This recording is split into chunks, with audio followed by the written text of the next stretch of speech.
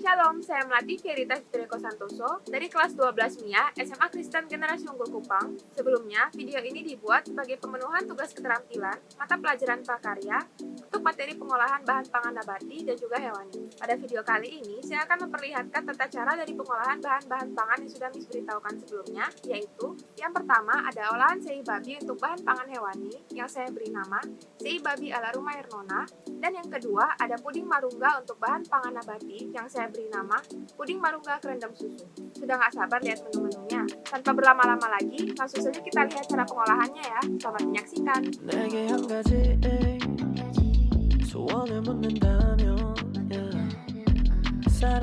Sebelum masuk ke proses pengolahannya, saya akan terlebih dahulu menunjukkan bahan-bahan yang saya gunakan dalam pengolahan dua menu kali ini.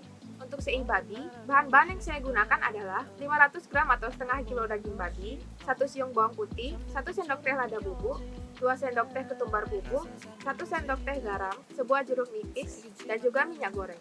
Untuk puding marungga, bahan-bahan yang saya gunakan adalah setengah bungkus agar-agar putih, 2 bungkus agar-agar hijau, 3 genggam daun marungga atau kelor, 250 gram gula pasir, 1 saset susu bubuk putih, 1 bungkus santan, 1 lembar daun pandan, sejumput kecil garam, dan yang terakhir air putih. Di luar dari bahan-bahan yang saya gunakan tadi, berikut ini akan saya sebutkan beberapa peralatan yang saya gunakan, yaitu yang pertama adalah wadah plastik dan logam, lalu ada botol pengukur, gelas, piring kecil dan piring saji, panci, kompor gas, sendok, centong pencapit, wadah puding, serbet, blender, ulekan, pisau, panggangan, tisu minyak, kulkas, dan yang terakhir saringan.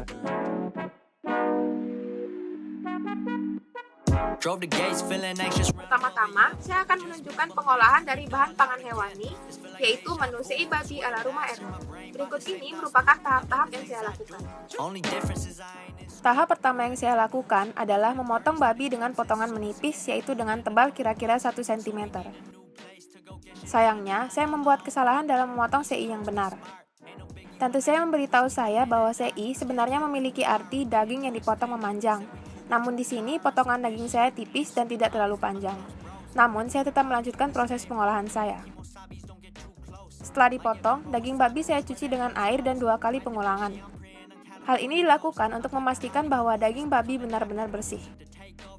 Selain dengan air, saya juga membilas daging babi dengan perasan jeruk nipis. Hal ini dilakukan untuk menghilangkan amis dari daging. Selanjutnya, saya mempersiapkan dan mengulek bumbu-bumbu yang diperlukan, yaitu ada bawang putih, lada, ketumbar, dan juga garam. Setelah dihaluskan, saya campurkan bumbu yang sudah dihaluskan tadi dengan air. Setelah itu, masukkan bumbu ke dalam daging babi yang telah dibersihkan, lalu diamkan di kulkas selama 1 jam.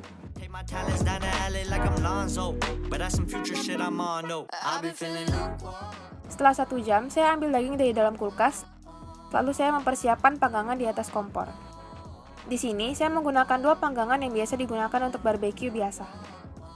Setelah minyak panas dan panggangan siap, panggang daging di atas panggangan hingga warna agak kecoklatan. Pastikan untuk mematangkan dagingnya, lalu diamkan di atas kertas minyak sejenak untuk mengurangi kandungan minyak. Setelah dimasak, daging sei babi ala rumah Ernona pun siap dihidangkan.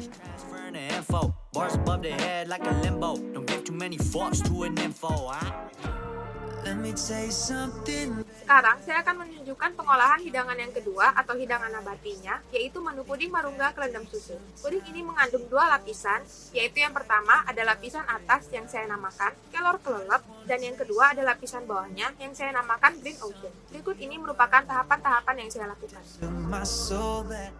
Sebelumnya, saya mencuci daun marungga yang akan diolah. Selain itu, saya juga membuat susu cair dari susu bubuk yang saya siapkan sebanyak 350 ml. Pertama, siapkan kompor dan panci dengan api kecil.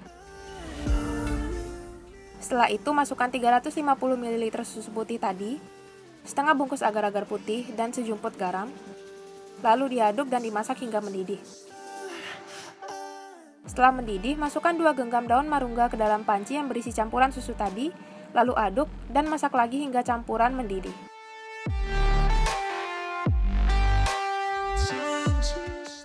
Jika sudah mendidih lagi, matikan api, masukkan ke dalam cetakan, lalu masukkan ke dalam kulkas. Sambil menunggu si lapisan kelor kelelep mengeras, siapkan blender untuk menghaluskan bahan-bahan dari lapisan Green Ocean.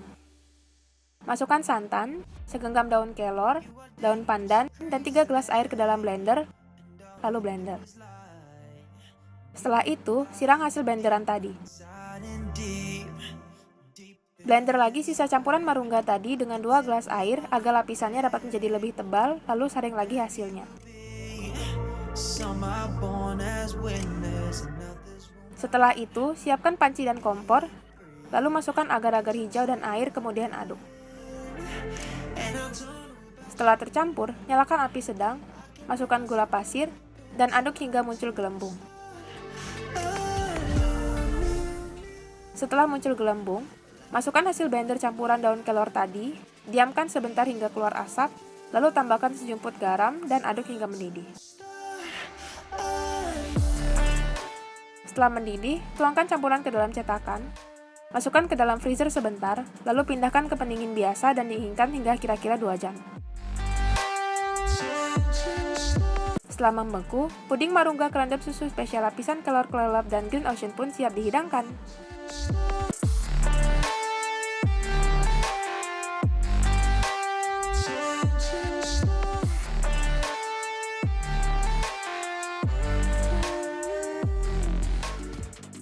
Nah, itu tadi merupakan video praktek saya dalam mengolah bahan pangan nabati dan juga hewani. Mohon maaf jika ada kesalahan dalam bentuk apapun di video ini. Jangan lupa menjaga kesehatan, and I hope you guys have a great day. Dadah!